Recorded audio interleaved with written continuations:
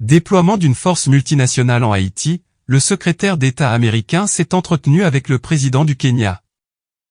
Le secrétaire d'État américain, Anthony Blinken, s'est entretenu ce jeudi avec le président du Kenya, William Ruto.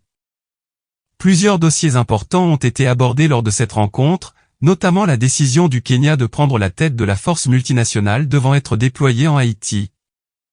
Le secrétaire d'État a remercié le Kenya d'avoir envisagé de diriger une mission multinationale de soutien à la sécurité en Haïti, de s'être attaqué à la crise au Soudan, d'avoir promu la paix dans l'est de la République démocratique du Congo et d'avoir lutté contre l'extrémisme en Somalie, a déclaré le porte-parole du ministère américain des Affaires étrangères, Matthew Miller.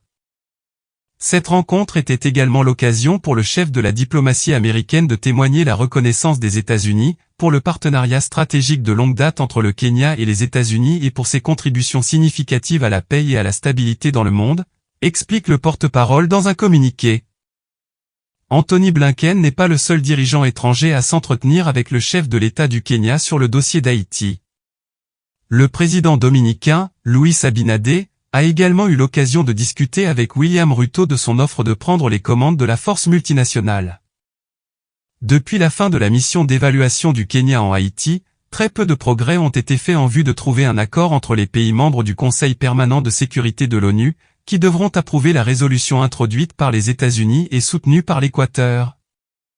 Lors de la 78e Assemblée générale des Nations unies qui se déroule à New York depuis le 19 septembre dernier, les présidents de plusieurs pays, dont les États-Unis, le Honduras et la République dominicaine, entre autres, ont appelé l'ONU à accélérer le processus visant à déployer la force multinationale le plus rapidement possible. Dans son allocution le 20 septembre dernier, le président dominicain, Luis Abinader, avait lancé un avertissement ferme à la communauté internationale pour éviter que la situation en Haïti ne se transforme en une chronique d'une tragédie annoncée. Un texte de Caribbean Television Network transformé en version vidéo grâce à l'aide du logiciel d'intelligence artificielle Natural Reader. Le montage a été effectué par notre producteur Kémine Emigué.